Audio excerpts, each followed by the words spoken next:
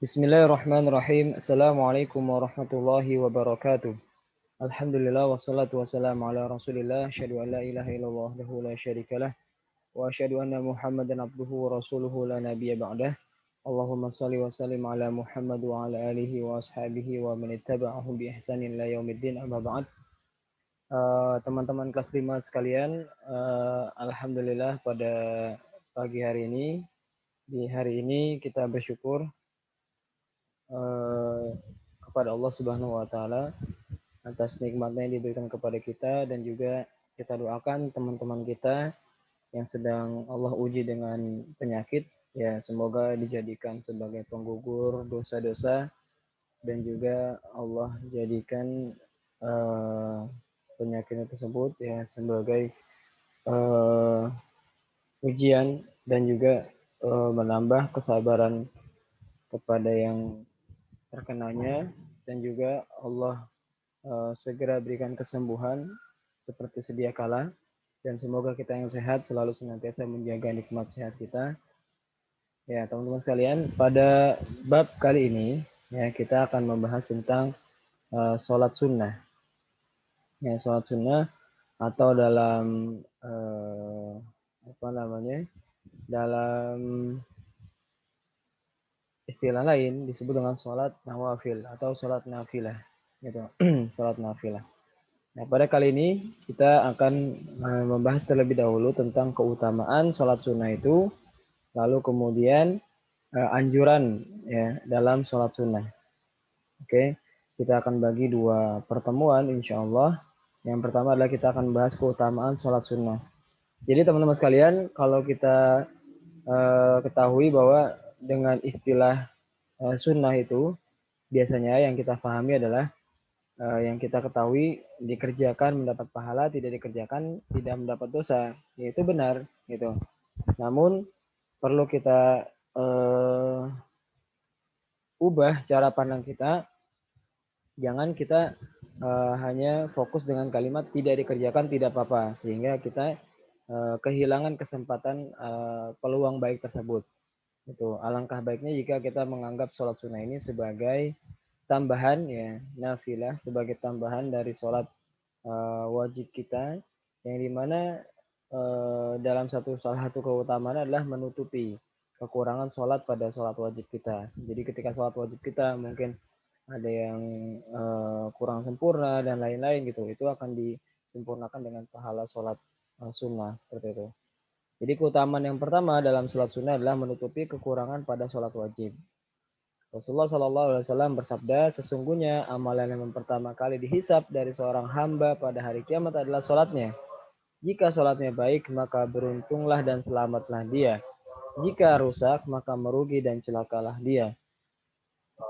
Jika dalam sholat wajibnya ada yang kurang, maka Rob yang maha suci dan maha mulia berkata, lihatlah, apakah hambaku ini memiliki sholat sunnah? Jika ia memiliki sholat sunnah, maka sholat wajibnya disempurnakan oleh sholat sunnah tadi.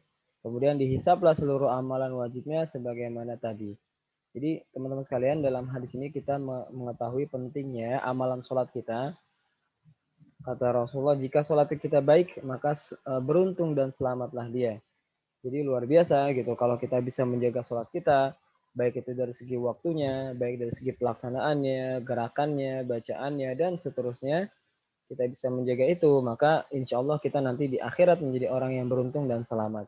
Namun sebaiknya gitu, kalau kita sering bolong-bolong, kita sering menunda waktu sholat, kita sering atau gerakan kita cepat dalam sholat, bacaan kita juga kita tidak diperhatikan, nah khawatir kita menjadi orang yang merugi dan celaka.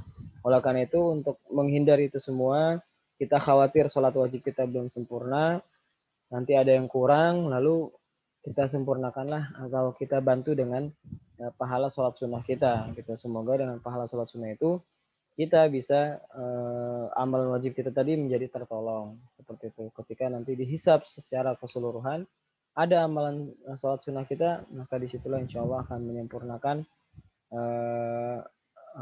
sholat wajib kita. Yang kedua, dihapuskan dosa dan ditinggikan derajatnya.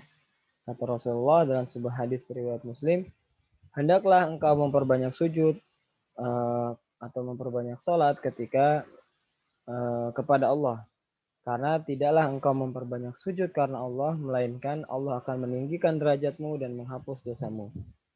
Nah, teman-teman sekalian, tentunya memperbanyak sujud ini adalah bukan berarti kita dalam satu kali sholat ya sujudnya kita tambahin jadi 3 kali atau 4 kali, enggak gitu. Dalam artian di sini kita dianjurkan memperbanyak sholat, dan yang jelas bahwa dengan memperbanyak sujud ini bisa dilaksanakan dengan melaksanakan sholat sunnah, karena sholat wajib adalah sholat yang sudah ditentukan waktunya dan jumlahnya ya, mulai dari subuh 2 rakaat, zuhur, asar 4 rakaat, maghrib 3 rakaat, isya 4 rakaat.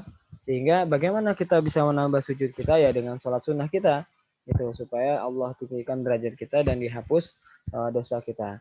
Yang ketiga, akan dekat dengan Rasulullah nanti di surga. Ya. Dari Rabi'ah bin Ka'ab al-Aslami radhiyallahu an berkata, saya pernah bermalam bersama Rasulullah, lalu aku membawakan air wudhu dan air untuk hajatnya. Beliau berkata kepadaku, mintalah kepadaku. Maka aku berkata, kata Rabi'ah bin Ka'ab, aku hanya minta agar bisa menjadi teman dekatmu di surga. Beliau bertanya lagi, adakah permintaan lain? Aku menjawab, tidak, itu saja. Maka beliau menjawab, bantulah aku untuk mewujudkan inginanmu dengan memperbanyak melakukan sujud. Ya, memperbanyak sholat. Ya, sama saja seperti tadi, memperbanyak sujud maksudnya adalah dengan kita menambah sholat-sholat sunnah kita. Nah, itu insya Allah kita akan menjadi teman dekat Rasulullah di surga. Nah, itu 3 keutamaan ya teman-teman sekalian yang bisa kita ambil. Yang pertama adalah menutupi kekurangan sholat wajib kita, dihapuskan dosa kita dan ditinggikan derajat kita, lalu akan dekat dengan Rasulullah nanti di surga. Lalu kemudian anjuran dalam sholat sunnah gitu. Ketika kita sholat sunnah, apa sih yang dianjurkan oleh kita? Pertama adalah melakukan sholat sunnah di rumah. Ya, melakukan sholat sunnah di rumah ini untuk sholat-sholat sunnah yang tidak ada sebabnya. Misalnya, teman-teman mau sholat isya berjamaah di masjid. Ya, setelah sholat isya itu kan ada namanya sholat ba'diyah, sholat sunnah setelah sholat isya. Nah, itu ada sebabnya gitu. Teman-teman sholat ba'diyah karena habis melaksanakan sholat isya gitu. Nah, itu nggak apa-apa sekalian di masjid gitu. Ya, di sini yang dimaksudkan di rumah adalah sholat-sholat yang tidak ada kaitannya atau tidak ada sebabnya, misal seperti sholat duha, tahajud, witir, dan seterusnya. Ya, kalau sholat qobliyah, ba'diyah itu kan ada sebabnya. Nah, sebabnya kenapa? Karena ada sholat wajib, makanya ada sholat qobliyah dan ba'diyah. Nah, itulah anjuran ya melaksanakan sholat di rumah. Karena kata Rasulullah, sebaik-baik sholat seseorang adalah di rumahnya, kecuali sholat wajib. Ya, jadi sholat sunnah di sini ya tadi maksudnya adalah sholat sunnah yang tidak ada sebabnya. Ya. Lalu kemudian eh, beberapa manfaatnya adalah mengikuti ajaran Rasulullah. Setan menjauh dari rumah kita karena rajin didirikan sholat dan zikir gitu, lebih ikhlas dan terjauh dari ria. Jadi supaya menghindari melindungi rumah kita juga dari gangguan jin seperti itu. Yang kedua, dilakukan secara kontinuitas atau berkelanjutan. Kata Rasulullah, "Ahabbul a'mali ilallahi adwamuha wa in qalla" gitu. Amalan yang paling dicintai oleh Allah, amalan yang kontinu secara terus-menerus berkelanjutan walaupun sedikit. Misalnya teman-teman mempunyai kebiasaan infak 1.000, tapi dilakukan setiap hari, artinya seminggu itu 7.000 totalnya gitu. Sebulan sudah 28.000 gitu, atau 30.000 lah. Itu namanya sedikit tapi berkelanjutan gitu. Teman-teman melakukan sholat duha 2 rakaat setiap hari itu lebih baik daripada seminggu sekali tapi 12 rakaat gitu. Itu sedikit tapi berkelanjutan. Ya, itu yang materi untuk sholat sunnah pada bagian pertama ini. Semoga bisa kita pahami dan juga bisa kita amalkan tentunya insya Allah. Assalamualaikum warahmatullahi wabarakatuh.